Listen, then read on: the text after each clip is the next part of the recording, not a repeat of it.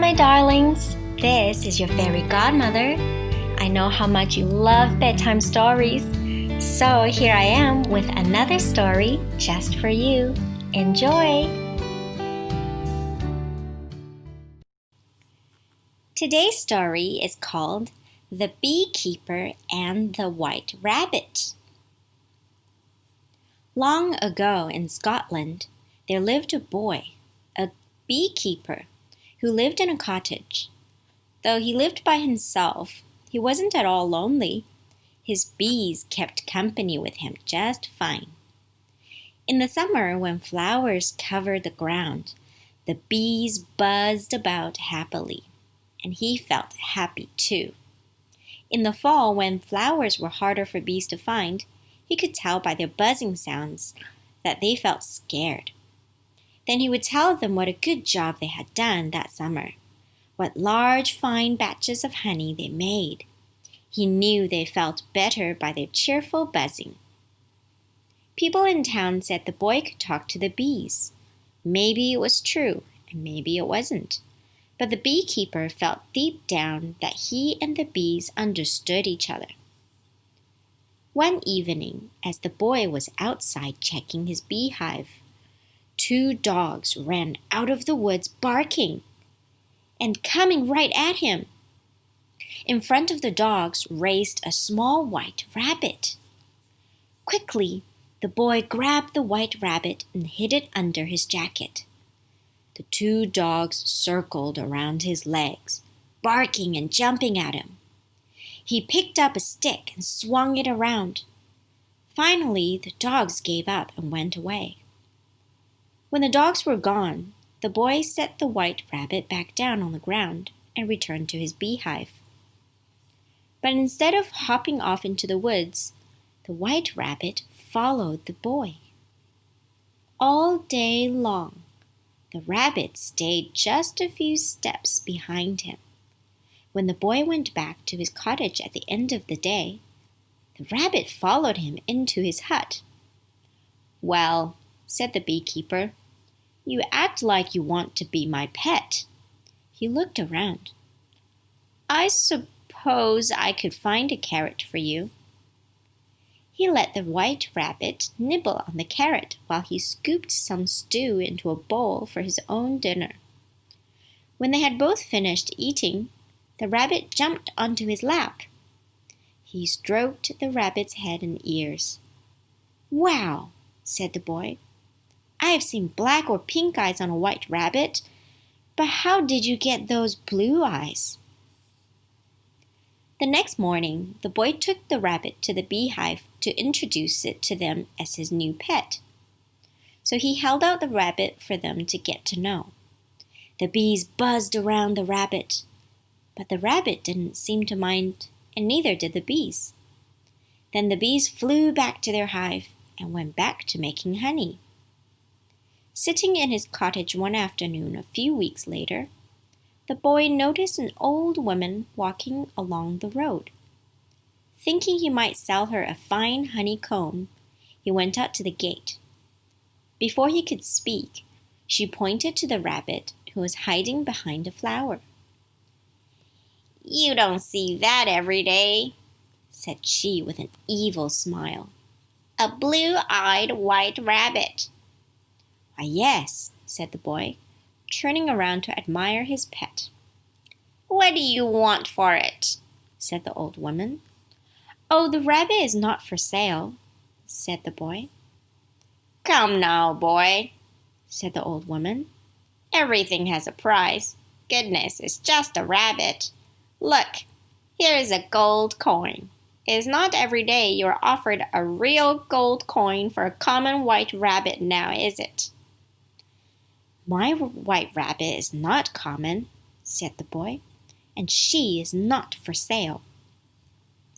Suddenly, the woman, who then didn't seem so old, jumped over the gate and reached out to grab the rabbit.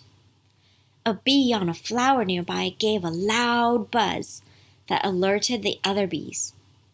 In a flash, a dark cloud of bees had gathered and rushed to attack the old woman. "Eek!" she cried, spinning around and running away, a swarm of bees trailing behind her. "You'll be sorry you didn't hand over the worthless rabbit when you had the chance." Market day was when the beekeeper sold his honey in town, along with all the other merchants who were busy selling their wares at their tables too. At a slow time of the day, the young man shared with the baker next to him what had happened the day before. "Surely that old woman was a witch," said the baker, arranging his bread and meat pies into neat rows. "Take my word, you'd better be careful." "No doubt about it," agreed the merchant on the other side of the beekeeper, who was selling sweaters and kilts. "She's a witch. If you don't believe it, you're off her head." Then again, the boy thought to himself, these two say everyone's a witch. Just the same, to be sure, that night he locked his windows and doors. From then on, he kept a close eye on his white rabbit at all times. The summer passed. By the time frost lay on the ground in the morning, few flowers and very few bees remained out in the cold air anymore. Most bees were already back in the hives where they began their winter work of keeping the hive warm enough for their queen to lay her eggs. One chilly October morning, the boy was setting trays of sugar water into the beehives when a wagon of traveling magicians rolled by on its way to the next town. The lad waved to the driver, and the young man in the wagon waved back. A few hours later, the boy noticed a sack of grain lying on the road. "Oh no, it must have dropped from the wagon. They'll never know it's missing till they set up camp tonight. By then it'll be too dark to come back looking for it." The boy lifted the sack onto his cart and took off following the tracks that the traveler's wagon had left in the road. In an hour or so, he finally caught up with him. When they stopped, the boy handed the young driver the sack of grain. "Do you mean to tell me you followed us all this way to return the sack of grain?" said the young man. "Most folks are more than glad for us to be on our way." "Why wouldn't I bring it back to you?" he said. "Or I'd have to think about your poor horses missing their dinner tonight."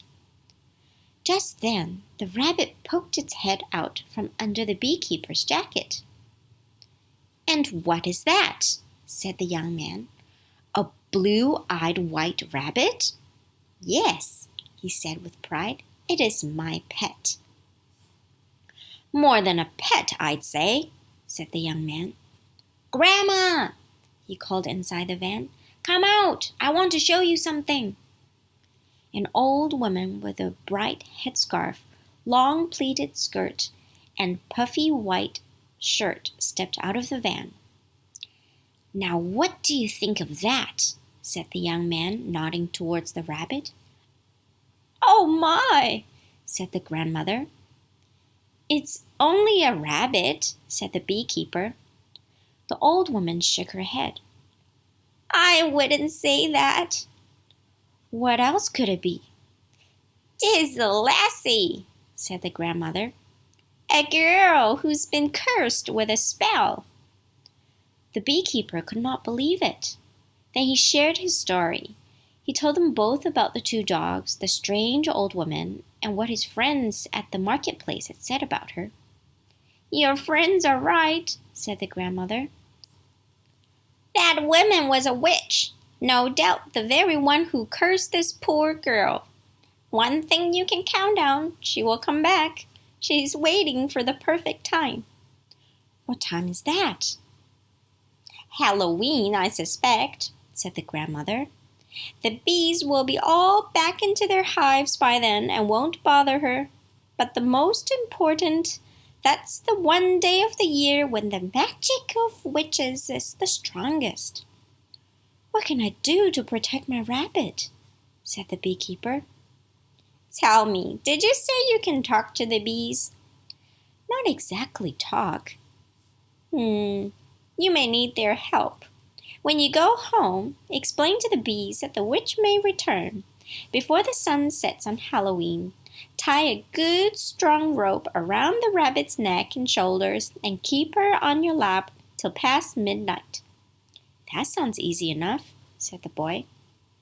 Do you think so? Said the grandmother. When she's under the witch's spell, she may pull and jump with a power that will shock you. You must hold her tight. If the bees can help, all the better. The old woman took a deep breath and looked at him with her old watery eyes. That's all I can say, other than that what will be, will be. When the lad returned to his cottage, he carried the rabbit from hive to hive, repeating what the old woman had told him. He felt a bit silly explaining all of this to his bees, yet strangely, they seemed to understand. Finally, it was Halloween. The beekeeper did as he was told. He tied a strong rope safely around the rabbit's neck and shoulders and set her on his lap. There she sat calmly until it was so dark he could only see her white fur. Then suddenly, the rabbit jumped off his lap so strongly that he could barely hold her.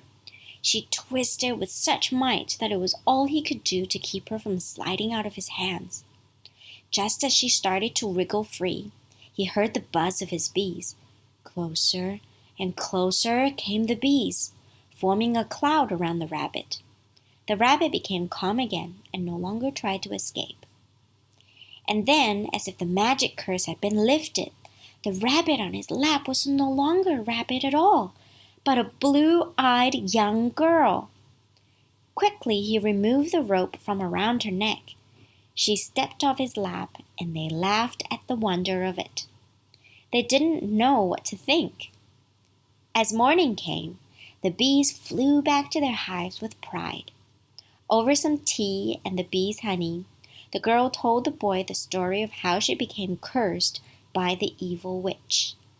But now, well, the girl almost thought of it as a blessing rather than the curse. For if a boy could show such love and tender care to his bees and a simple white rabbit, then imagine the love and care he would show to her. You would not be surprised to hear that the two of them were soon married and lived happily for many long years.